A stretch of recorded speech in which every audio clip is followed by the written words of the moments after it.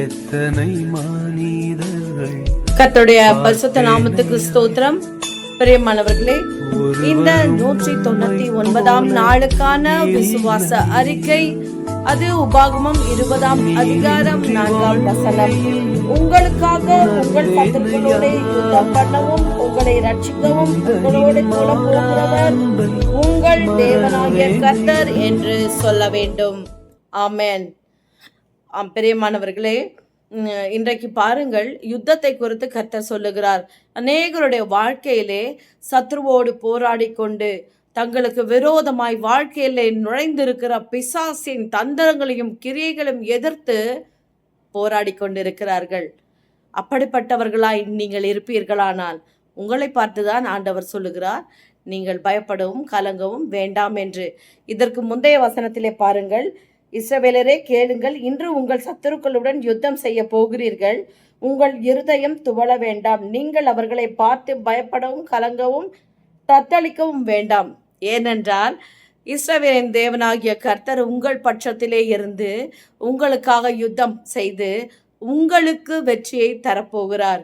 நீங்கள் மகிழ்ந்திருக்க வேண்டிய நாள் இனி வருகிறது. ஆம் பிரியமானவர்களே, கலக்கத்தோடு வேதனைகளோடு இருக்கிற உங்களுக்கு கர்த்தர் இது ஔஷதம் போன்ற வார்த்தையாக தந்திருக்கிறார். இந்த யுத்தத்தில் நீங்கள் ஜெயம் பெற வேண்டுமானால் விசுவாசத்தோடு இதை அறிக்கை செய்யுங்கள். கர்த்தர் உங்களுக்கு பெரிய காரியங்களை செய்ய போகிறார். விசுவாச அறிக்கை செய்வோம். சர்வ வல்லமையுள்ள தேவனாகிய கர்த்தாவே, உம்மாலே செய்யக்கூடாத அதிசயமான காரியம் என்று ஒன்றுமே இல்லை ஆண்டவரே. சில ரதங்களை குறித்தும் குதிரைகளை குறித்தும் மேன்மை பாராட்டுகிறார்கள். நாங்களோ எங்கள் தேவனாகிய கர்த்தரை குறித்தே மேன்மை பாராட்டுவோம். ஆமென் ஆண்டவரே. எங்கள் வாழ்க்கையின் எல்லா எல்லைகளிலும் உம்முடைய நாமம் மாத்திரமே மகிமை அடைய போகிறது என்று நாங்கள் உறுதியாய் விசுவாசிக்கிறோம். இந்த நிச்சயத்தோடு இதை விசுவாசித்து அறிக்கை செய்கிறோம். ஆமென்.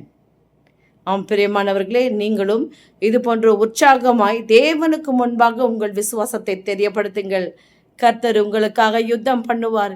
நீங்கள் சும்மா இருப்பீர்கள். சத்துருக்கள் ஒருவரோடு ஒருவர் வெட்டுண்டு மடிவதை உங்கள் கண்கள் காணும். இந்த அடையாளமே தேவன் உங்கள் பட்சத்திலே இருக்கிறார் என்பதற்கான மிகப்பெரிய அடையாளமாக கர்த்தர் உங்கள் வாழ்க்கையில செய்ய போகிறார். உற்சாகமாயிருங்கள்.